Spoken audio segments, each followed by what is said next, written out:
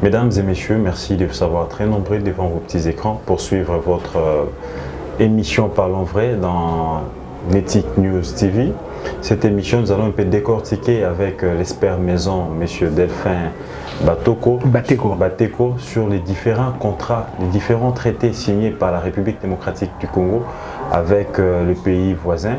Et aujourd'hui, nous venons de constater que la République démocratique du Congo, où les gouvernements congolais a traversé les frontières, a traversé les mers pour aller signer un contrat ou des accords avec les pays d'OTAN, un pays atypique qui se retrouve à la fois en Asie, mais aussi en Europe, même malheureusement qui ne fait pas partie de l'Union européenne. Là, nous parlons de la Turquie. Bonjour, cher René. Bonjour, mon frère. Vous êtes malam? Moi, Kitoko. Moi, malam. Moi, malam. Oui. Dame, monsieur Kiot. Ndam Dota Ndembo Keza Koningana, un pays qui refuse d'être stable. Ils ont banque solo traumatisé à niveau à Moutumakasi à Batunyoso. Mais il y a quand même un problème. Tant que tu tamboula nakati ya mboka ya Kinshasa, ça se parle de partout. Les Congolais s'interrogent sur les relations que les gouvernements, depuis l'arrivée du président Félix Tshisekedi aux affaires, plusieurs accords se sont quand même signés entre le Rwanda, l'Ouganda, et aujourd'hui on nous parle de la Turquie. Est-ce que la coopération bilatérale n'existe pas entre les États souverains? Ça existe, mais moi je pense qu'il y a un problème dans notre pays. La manière dont nous procédons pour signer un accord, ça pose de sérieux problèmes. Et je commence à... je cite le docteur Tchani. Je le souviens un jour, il a dit ceci, qu'il y a un pays de l'Afrique de l'Ouest. Ils sont allés, ces pays-là, ils sont allés voir la Banque mondiale, je pense la Banque mondiale au FMI. Ils ont préféré tout d'abord lire les contrats. C'était à peu près 12 mal. Ils ont lu tout. Ils ont compris que ça va les bloquer. Ils ont refusé. Est-ce que les Congolais prennent du temps pour lire? Ça, c'est le grand problème. Il y en a beaucoup. On a signé. Ce sont nos voisins. Mais excusez pour ne pas vous arracher la parole. Quand vous dites que est-ce que les Congolais prennent le temps pour lire, de quels Congolais parlez-vous? Parce que les Congolais sont représentés par les députés, les Congolais sont représentés par les ministres qui ont donné mandat ou qui ont donné la parcelle d'autorité. Ce sont eux qui ont qualité, n'est-ce pas, de lire ces accords dans les domaines ou dans les secteurs qui les concernent. Parce qu'ils ont des experts, ils ont des conseillers. Et de quels Congolais parlez-vous qui ne lisent pas ces contrats? Là, nous prenons les responsables, on prend l'image des responsables des institutions. Oui. Quand il y a un document qui arrive, on suppose que vous avez un cabinet. Exactement. Qui prennent les sérieux pour lire les documents. Mais quand les cabinets ne prennent pas de sérieux, ne voient que leur pourcentage. Ce sont les conséquences que nous connaissons tout le temps dans notre pays. On ne dit pas que les gens ne lisent pas. Mais vous allez lire de quelle manière? Tu as fait la biologie, tu lis comme un biologiste. Mais on a écrit en français, en anglais. Peut-être que je ne maîtrise pas l'anglais. Je me souviens encore à l'époque de la conférence nationale souveraine. Il y avait un problème. Les Mouvassiers à l'époque, comme on disait, Batomobutu. Ils ont fait un document où le débat a pris à peu près 2 ou 3 jours. Les gens n'arrivaient pas à trouver la solution. C'est le cardinal Monsengo, à l'époque, Monsengo, a vu que dans la composition de la phrase, il y avait une virgule à l'intérieur. Il faut enlever cette virgule pour donner le vrai sens. On a enlevé seulement la virgule et tout était résolu. Donc, à scruter ce que vous êtes en train de dire, les problèmes que nous avions en République démocratique du Congo, c'est un problème de lecture des documents qui composent les contrats ou les accords. Parce que là, il n'y a pas longtemps, on est en train de parler, il y a un débat qui a refait surface sur la réexamination et réévaluation du contrat chinois. D'aucuns disent que c'est un contrat léonin et que les Congolais ne se retrouvent pas dedans et que les Chinois se retrouvent à près de 70% et le reste, ça se divise encore entre les Congolais et les Chinois. Donc, si je dois bien vous suivre, il y a un problème de lecture et un problème d'experts dans chaque domaine. Oui, mais parce que ici, c'est la politique qui domine. La politique domine ici pas dans le sens de managérial ou gestion, mais c'est dans le sens des métiers politiques gagnés. Ça, c'est des grands problèmes. Les gens signent des contrats et disent que non. Le col a toujours un période où on a signé des contrats avec beaucoup de pays, il y a des présidents qui sont venus. Mais les fonds n'est pas étudié. Les fonds, on ne prend pas le temps pour lire ce qui se passe. Voilà pourquoi la plupart des contrats, les Congolais sont toujours dupés. Et regarde par exemple, quand vous regardez la structure d'un contrat, quand tu évalues la lecture dans un pays, il y a l'acquisition des documents, la conservation des documents, lecture, la relecture, l'analyse et l'orientation. Mais ici, on fait seulement la lecture, on ne fait pas la relecture. Il n'y a pas la conservation. Je vais vous dire une chose, de 59 jusqu'à aujourd'hui, je pense les Congolais se sont rencontrés et même, je pense il y a 6 pas 17 ou 20 fois. Jusqu'à la dernière rencontre de Kabila, dialogue interdiocésain. Mais ce sont des rencontres qui ont abouti. Mais quand tu demandes maintenant les documents, même les documents de la conférence nationale souveraine, vous allez les trouver où? Alors, dans un pays où on se rencontre, on ne lit pas ce qu'on a écrit, on prend des décisions, on ne lit pas les décisions qu'on a, c'est-à-dire ce qu'on a pris comme décision. Il y a des conseils ministres qui se réunissent. Je ne sais pas s'il y a l'évaluation. Quand on n'évalue pas, comment on va faire l'évaluation quand vous ne lisez pas? Ça, c'est le grand problème avec notre pays. Et la tendance dans notre pays est que le coup on a commis député. Comme je suis dans un cabinet, je suis devenu plus intelligent que les autres. Mais nous avons des professeurs d'université qui sont là. Nous avons des chefs de travaux. Nous avons des experts d'autres domaines. Est-ce qu'on les consulte? Non, on peut s'être sauté aux jambons. Les conséquences, c'est qu'on va vivre des accords où on signe et après on regrette les pays. Quand vous parlez de la lecture et la rélecture, c'est pour dire qu'il n'y a pas de gens pour relire, où on ne consulte pas chaque personne dans un domaine précis pour essayer de faire le tout et afin de donner une décision finale. Ça, c'est le grand problème. Et on a vu dans notre pays, il y a eu des partis politiques, des grands partis politiques, des partis de masse, des masses. Beaucoup de gens pensaient qu'il y avait beaucoup d'experts à l'intérieur. Mais maintenant, nous-mêmes, nous avons compris que dans tous les grands partis politiques que notre pays a connus, c'est comme s'il y a manque de gens à l'intérieur. Là, vous parlez de l'IDPS, apparemment. Il y a Palou qui a vécu un peu. Palou n'a jamais dirigé. Oui. C'est l'IDPS qui vient d'accéder au pouvoir, les seuls partis des masses qui accèdent aux affaires. Partis politiques que le pays a connu depuis son jusqu'à aujourd'hui. Le PPRD vous a produit autant de professeurs d'université, mais avec un bilan chaotique. Oui, mais peut-être l'appréciation des textes. J'ai dit, les Congolais, quand ils sont au pouvoir, ils préfèrent plus métier politique que métier gestion. Ça, c'est le grand problème dans notre pays. Donc, ce distinguo-là ne se fait pas parce que s'il faut parler des partis politiques, je vous rappelle que les PPRD, c'est les seuls partis politiques qui regorgent plus de 50 docteurs, 50 professeurs d'université. Ouais. Et ils ont fait 18 ans d'affaires et vous connaissez les conditions dans lesquelles les Congolais vivent aujourd'hui.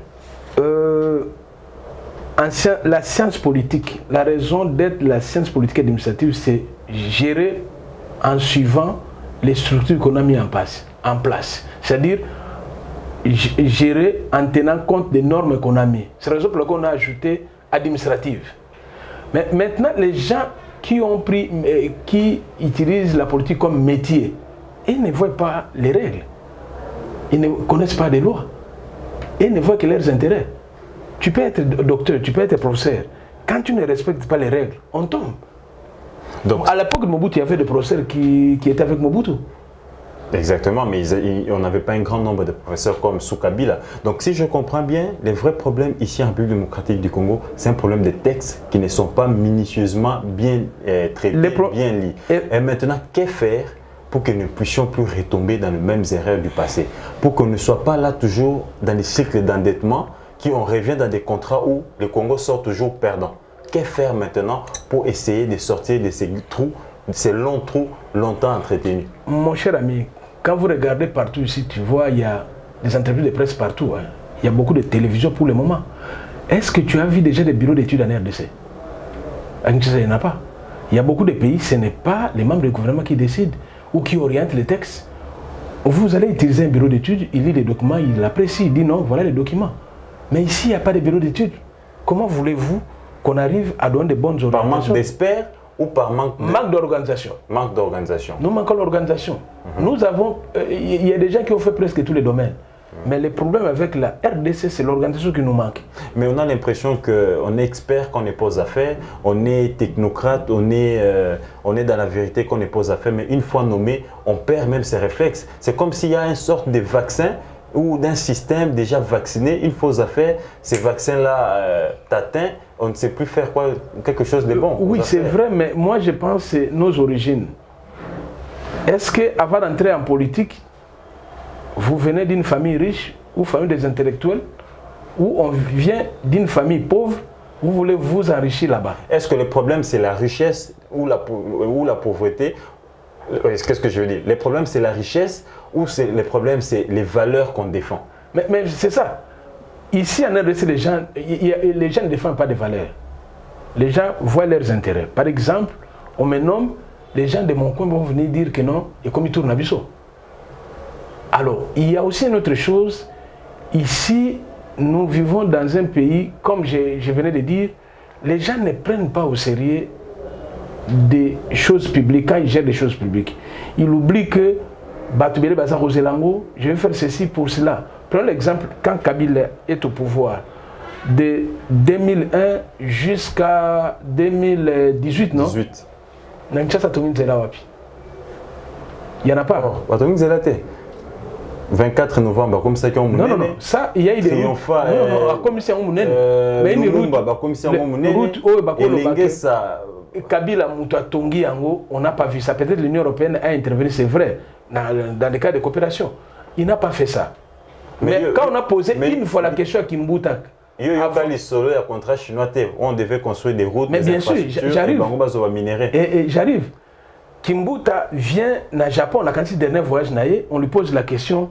Mais maintenant, gouverneur, vous êtes là, Banzela, non, les Japonais, ils ont étudié la modalité pour Mboke Fungwama, tout ça là, embouteillage. Mais maintenant, ils ont la Banzela, au boulevard, au côté Poilou, au Kei. Ils ont construit une route pour leur déplacement. Non pour le déplacement de la population. Conséquence, aux hommes, l'autre, même problème d'embouteillage. Alors, nous rentrons dans cette histoire-là. Donc là, vous voulez parler des routes secondaires. On n'a pas pu construire d'autres routes. Il n'y a que des routes qu'on a laissées, époque coloniale, à ajouter, mais après là, c'est fini. Rentrons dans cette histoire-là de contrat chinois. Je ne sais pas si j'oublie. À l'époque, j'étais au potentiel comme archiviste documentaliste. François Mwamba, il a dit que comment on peut signer un contrat où on n'associe pas des gens, des experts congolais en matière de routes. C'est-à-dire l'OVD et l'Office des routes étaient presque écartés. Et les Chinois ont construit, ils ont agrandi les boulevards. Vous connaissez les conséquences maintenant? Quelles sont ces conséquences? Et regarde par exemple la manière dont on a construit la ville de Kinshasa. Maïa Barumbu, commune à Kinshasa, Lingwala, devait aller directement dans le fleuve. Maintenant, les Chinois, quand ils sont venus, ils ont mis des moellons. Tomboli boulevard. Boulevard est tombé, Maïani ne koko le kassou, conséquence quand il y a la pluie. Regarde derrière BCDC. Oui, les riz inondés. Regarde derrière BCDC. Inondés. Autant d'acteurs inondés. Ils ont bouché les tuyaux là de faux septiques. Ok. Or, on a construit Gombe, il n'y a pas de faux septiques dans beaucoup de maisons ici. Beaucoup d'immeubles. C'est directement fleuve. Bouché en haut. Conséquence, c'est ça que maintenant. La vue sent mauvais. Alors maintenant, quand il y a la pluie, il faut aller vers Photogui ou l'arrêt là, il y a Sonas, comment on appelle ça, Sabena. Sabena. Au sentir l'odeur Sigo-Yakin. Mais là, parce que vous parlez des contrats chinois qui devaient construire quelques routes, et là, vous avez appris, début 2021, les contrats je ne sais pas. rwandais, je pense qu'il y a eu des problèmes. Construire un village moderne à Nirango pour après les 30 millions de dollars. Les gens de Goma n'étaient pas d'accord, mais je ne sais pas, curieusement, il semblerait que sans changer le nom, je ne comprends pas. Vous avez aussi appris la construction des 3 routes transfrontalières de 223 km avec l'Ouganda. Mais ça, on dirait déjà, mais ça là, déjà avant que l'Ouganda puisse intervenir. Parce qu'il semblerait que... C'était déjà un contrat, oui, en amont. Un contrat qui était déjà signé. Il semblerait que les militaires ougandais étaient déjà là pour sécuriser le bateau. Maintenant, ce qui tique un peu, c'est aux frais propres du gouvernement rwandais et ougandais. Et là, je vous informe encore que la Turquie va construire un complexe.